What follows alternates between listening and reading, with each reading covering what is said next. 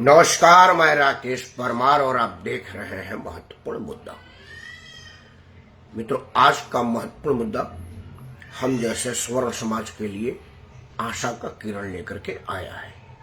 उम्मीद जगा है कि अब हमारे हितों की भी रक्षा शायद हो पाए, हम भी स्वाभिमानी के श्रेणी में आ पाए सरदार के नजर में। वैसे हम सब बाई बर्थ स्वाभिमानी हैं, आन बान शान हमारे खून में है, हमारे खानदान में है, हमारे रगों में है, लेकिन यह सरकारें नहीं मानती। शायद अब वो भी मानेंगी। यह उम्मीद जगा आज भारत के प्रधानमंत्री बिहार के दौरे पर थे।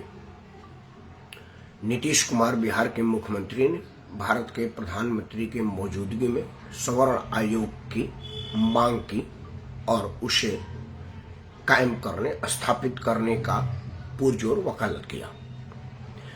मैं उम्मीद इसलिए कर रहा हूं कि यह नीतीश कुमार ही थे जिन्होंने जातिगत जनगणना का प्रस्ताव रखा था। उस वक्त भारतीय जनता पार्टी इसका विरोध की थी, प्रधानमंत्री भी इसका पुरजोर विरोध किए थे, लेकिन पता न क्या कारण था कि ऑपरेशन सिंदूर के बीच एक ये भी ऑपरेशन चला गया, जबकि कहीं भी देश भर में इसकी मांग नहीं हो रही थी। लेकिन प्रधानमंत्री ने क्यों चलाया, या प्रधानमंत्री जाने। आज बिहार के जिस राजनीतिक दौरे पर प्रधानमंत्री थे, वहां से भी स्वर्ण आयोग की मांग जैसी कोई विशेष मांग नहीं उठी है, लेकिन नीतीश कुमार ने न जाने क्यों इस बात का प्रस्ताव रख दिया। राजनीतिक दल सब काम राजनीतिक हितों के लिए करते हैं, उनमें उनका अपना स्वार्थ होता है, लेकिन उन्हीं के स्वार्थ में कुछ कुछ कभी कभी समाज का हित और अहित भी हो जाता है।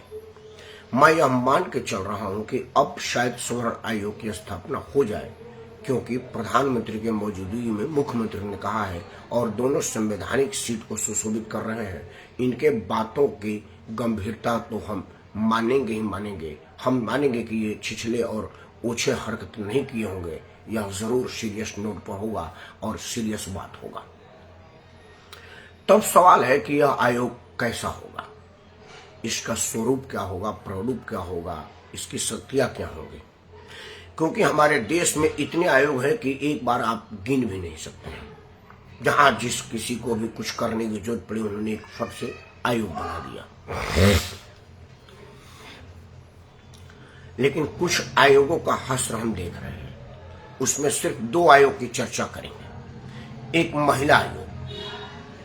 महिला आयोग के गठन के बाद महिलाओं पर से अत्याचार अपराध कम नहीं हुआ है, दिनों दिन बढ़ता ही जा रहा है। लेकिन कई बार देखा गया है कि महिलाओं द्वारा इतना अत्याचार और प्रताड़ना होता है कि अब लोग पुरुष आयोग की मांग करने लगे हैं। मैं उस आयोग के जवाब में आयोग की अभी बात नहीं कर रहा हूं। मैं यह बात कर रहा हूं कि महिला आयोग के होते हुए भी महिलाओं के हितों की कोई बहुत ज्यादा चर्चा रक्षा नहीं हो पाया। जहां भी महिलाओं के साथ कोई भी व्यभिचार, दुराचार, अत्याचार होता है तो महिला आयोग सिर्फ नोटिस देती है, और जिसको देती है वो उसको कूड़े के ढेर में फेंक देता है। यह सिर्फ अखबार में और समाचार में चलता है कि राज्य महिला आयोग ने फलाने कुकर्मी नेता को नोटिस जारी किया है, राज्य महिला आयोग ने फलाने को नोटिस जारी किया है। बस उसके आगे उसने क्या किया यह चर्चा नहीं होता, क्योंकि उस पर कोई हैसियत नहीं है आयोग की। चिट्ठी देने के अलावा, नोटिस देने का वाला उसके पास लीगल राइट कोई नहीं है। जबकि मैं समझता हूं कि महिला इस देश में सबसे बड़ा वोट बैंक है। अगर सरकार को वोट बैंक के हिसाब से ही अनुसूचित जाति जनजाति आयोग को इतना ज्यादा कड़ा खुखार, बल्कि मैं कई मामलों में कहूंगा और कई मामलों में निर्दयी कहूंगा, लगाया है, तो क्यों महिला को क्यों नहीं लगाया? विचार यह भी है, क्योंकि आखिर आप इस देश में दलित समाज के वोटों की चिंता के लिए दलित आयोग का गठन किया और उसको अनाप शनाप शक्तियां दे दी। अनुसूचित जाति जनजाति आयोग के माध्यम से आपने ऐसी शक्तियां दी कि अगर कोई दलित भाई हमारा हमसे नाराज है, हमारे इस वीडियो पर ही अगर उसको बुरा लग गए, तो वो पुलिस को फोन करके मेरे को 6 महीना के लिए तो बंद करवाएगा। 6 महीने बाद मेरे से पूछा जाएगा कि भाई तुमने किया क्या था। अच्छा, अपराध नहीं किया था, कोई बात नहीं, अदालत सॉरी भी नहीं बोलेगी। तो क्या हमारा स्वर्ण आयोग इस तरह का खुखार और खतरनाक होगा? महिला आयोग जैसा दंतहीन होगा या इन दोनों के बीच का कोई समावेशी होगा, और उस आयोग की जिम्मे काम का होगा उसका अधिकार क्षेत्र क्या होगा, यह बड़ा जरूरी है और इस विषय पर जरूर चिंतन मनन और अध्ययन की आवश्यकता है। कुछ सुझाव मैं दे देता हूं। देखिए, मैं शुरू से ही मानता हूं कि जो लोग समर्थवान है, समृद्ध है, उनको किसी तरह का राहत सरकार से नहीं लेना चाहिए। ये 80-85 करोड़ लोगों को मुफ्त में राशन देने का मैं विरोधी हूं। हालांकि उसमें कोई जात, धर्म, एरिया, क्षेत्र नहीं है, सभी को है। लेकिन मैं मानता हूं कि 85 करोड़ लोगों में से 80 करोड़ लोगों को राशन की जरूरत नहीं है। और साथ साथ मैं ये भी मानता हूं कि उन लोगों तक राशन नहीं पहुंचा जिनको वाकई में जरूरत है। उसी तरह से आरक्षण को मैं बिल्कुल वाहियात और बेकार मानता हूं, क्योंकि आरक्षण के आधार पर आरक्षित वर्ग के लोग ही प्रताड़ित और परेशान हो रहे हैं। क्योंकि दलित वाला कोटे का नौकरी मुझे नहीं मिल सकता, क्योंकि मैं दलित समाज से नहीं आता। एक उदाहरण दूंगा, वीडियो लंबा हो जाएगा अगर कई उदाहरण दे दूं तो। दलितों के लिए संसद में कुछ सीटें आरक्षित हैं कि यहां पर दलित ही चुनाव लड़ेगा। हाजीपुर एक सीट है जहां से दलित के नेता रामविलास जी चुनाव लड़ते थे। जब तक वो चुनाव लड़े, जब तक जीवित रहे, ईश्वर उनको अब अपने श्री चरण में स्थान दे, तब तक रामविलास जी वहां पर जीतते आए थे हाजीपुर से। हालांकि उनको 5 लाख पासवान भी कहा गया, क्योंकि 5 लाख से वोट से जीते थे। और 5 लाख वोट से जीतना सिर्फ दलित के वोट से नहीं हो सकता, सभी के वोट से होगा। लेकिन चलो, वो दलित के नेता मानते थे, दलित वाले सीट पर चुनाव लड़ते थे। अब जब वो नहीं रहे तो वहां कोई और दूसरा चुनाव नहीं लड़ रहा है। रामविलास का बेटा चुनाव लड़ रहा है, चिराग। चिराग इतना समृद्ध, शक्तिशाली, समर्थवान और समझदार है कि वो किसी भी सुरक्षित सीट से चुनाव लड़ सकता था, उसको लड़ाया जा सकता था। उसने सिनेमा में हाथ आजमाया, नौकरी में हाथ आजमाया, देश देश में पढ़ाई की, लेकिन कुछ नहीं कर पाया। तो पिताजी की विरासत को संभाल लिया। अब यहां अधिकार किसका मरा? हाजीपुर के निवास करने वाले पढ़े लिखे नौजवान दलित का, क्योंकि वो सुरक्षित सीट है। राकेश परमार सवर्ण समाज से हैं, वहां चुनाव नहीं लड़ सकते थे। तो आरक्षण में अगर कोई दुरुपयोग हो रहा है तो वो नुकसान आरक्षित वर्ग के लोग का है। जो मैं कह रहा हूं कि आरक्षण नुकसान है, वो मैं अपने लिए नहीं कर रहा, मैं इसलिए कह रहा हूं कि आरक्षण वर्ग के लोगों को आरक्षण नहीं मिला है। यह दशा तब है। आरक्षण का एक बात और दे दो, जगजीवन राम जी इस देश में उप प्रधानमंत्री तक पहुंचे, कैबिनेट मंत्री थे। उनकी बेटी भारतीय विदेश सेवा के अधिकारी थी, IAS, IPS, IRS, IFS। यह सब देश की सर्वोच्च सेवा है, टॉप ग्रेड की ये सर्विसेज है, ऑनरेबल नौकरी है। विदेश सेवा के अधिकारी के बाद वो केंद्र में केंद्रीय मंत्री बनी, लोकसभा की अध्यक्ष तक बनी। उसके बावजूद जब राष्ट्रपति का चुनाव आया तो कांग्रेस ने उनको टिकट दिया और कहा कि मैंने दलित को टिकट दिया है। मतलब मीरा कुमार जी जगजीवन राम के बाद दलित सीट पर एक विदेश सेवा के अधिकारी चुनाव लड़े। हक किसकी मारी? वो एक दलित जो सासाराम का एक साधारण परिवार का हो सकता था, साधारण घर का हो सकता था, जो मेन स्ट्रीम में आकर के और देश के संसद में अपने लोगों की बात रखता। क्योंकि मीरा कुमार को तो पता भी नहीं चला जूता बनाते कैसे हैं। उन्होंने तो जूता बनाना देखा नहीं, उनके पिताजी नहीं बनाते थे।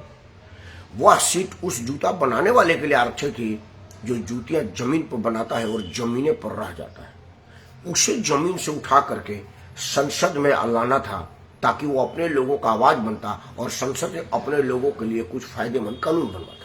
संविधान बनाने वाले लोगों को यही कल्पना था, यही सपना था। लेकिन संविधान बनाने वाले आदरणीय बाबा साहब अम्बेडकर के अरमानों पर पतीला लगा दिया इन सब लोगों ने, जो लोग आरक्षण को हथियार बना दिए, खुखार और खतरनाक बना दिए। तो क्या स्वर्ण आयोग इसी तरह का होगा? यह विचार जरूर होगा। मित्रों, स्वर्ण आयोग में कौन लोग आएंगे इस पर देखा जाएगा, क्योंकि सरकार आजकल जो आयोग गठन कर रही है और उसमें जो नियुक्तियां कर रही है वो समझ से परे है। मैं अभी परसों मर्यादा पुरुषोत्तम भगवान राजा राम के भव्य मंदिर निर्माण को नजदीक से देखा। मंदिर निर्माण में जो मुख्य लोग हैं उनमें से किसी का भी मंदिर निर्माण के आंदोलन में कोई योगदान नहीं है, लेकिन वो अध्यक्ष बने हुए हैं। उसमें से जो सर्वे सर्वा बने हुए हैं वो गृह सचिव थे, मुलायम सिंह के सचिव थे, जो मुलायम सिंह ने गोली चलवाया था। वहां राम मंदिर ना बने वो गोली चलाने वाले अधिकारी वर्ग में थे। मतलब एक तरह से उनकी जिम्मेदारी थी, क्योंकि मुख्यमंत्री मुलायम सिंह यादव के सचिव हुआ करते थे उस वक्त, और आज उसी राम मंदिर के सर्वे सर्वा। मैं यह नहीं करता कि राम जी क्षत्रिय थे, लेकिन कम से कम राम मंदिर आंदोलन के लोगों को तो रखना चाहिए था। कायदे से तो योगी आदित्यनाथ को सर्वे सर्वा बनाना चाहिए था, क्योंकि अयोग्यनाथ का मठ ही, गोरखपुर मठ ही उस मंदिर का आंदोलन का शुरुआत किया और अंत तक आंदोलन के लिए लड़ता रहा। लेकिन उस मठ के किसी भी कार्यकर्ता को उसके अंदर जाने तक की परमिशन नहीं दी गई, पूजा पाठ में भी नहीं गए, वो माननीय प्रधानमंत्री जी ने किया। यह चिंताजनक स्थिति है। तो सवर्ण आयोग में ऐसा ना हो कि कोई और लोगों को भर दिया जाए जो सवर्ण के दर्द को ना समझे। स्वर्ण आयोग में ऐसे लोगों को भी ना भर्ती किया जाए जो कहे कि यार क्या राकेश जात पात की बात करते हो, छोड़ो यार, दुनिया कहां से कहां पहुंच गई है। ऐसे नकारे और निकम्मे लोगों को भी ना भरा जाए। स्वर्ण आयोग बने, ऐसे लोगों को संचालित करने की जिम्मेदारी दी जाए जो उस दंश को भोगे हैं। नोएडा के उस फौज के अफसर को जरूर उसमें रखा जाए। मैं बानगी के रूप में बता रहा हूं, जो बगल में उप जिलाधिकारी स्तर के दलित के हाथों पीटा गया है। अब उप जिलाधिकारी स्तर का अधिकारी भी दलित है, और वो क्यों दलित आयोग उस पर लगा? क्योंकि उसकी गाड़ी उसके गेट पर खड़ी थी। उसने कहा कि मेरे रिलेटिव आ रहे हैं, गाड़ी हटा लीजिए। तो बोले तुम्हें पता है कि मैं दलित हूं, और जो मैं दलित हूं तो तुमको गाड़ी हटाने की हैसियत में कैसे आ गए? तुम्हारा रिश्तेदार आए या ना जाए, हमारी गाड़ी नहीं हटेगी। यह बात उसकी महिला ने कहा, एडीएम की, और एडीएम की महिला ने पीट दिया और हाथ में केस बनवाया। वो तो शुक्र मनाओ कि उस फौजी के घर के पास सीसीटीवी लगी थी विद साउंड रिकॉर्डिंग, और वो सब आया तब जाकर के तहलका मचा।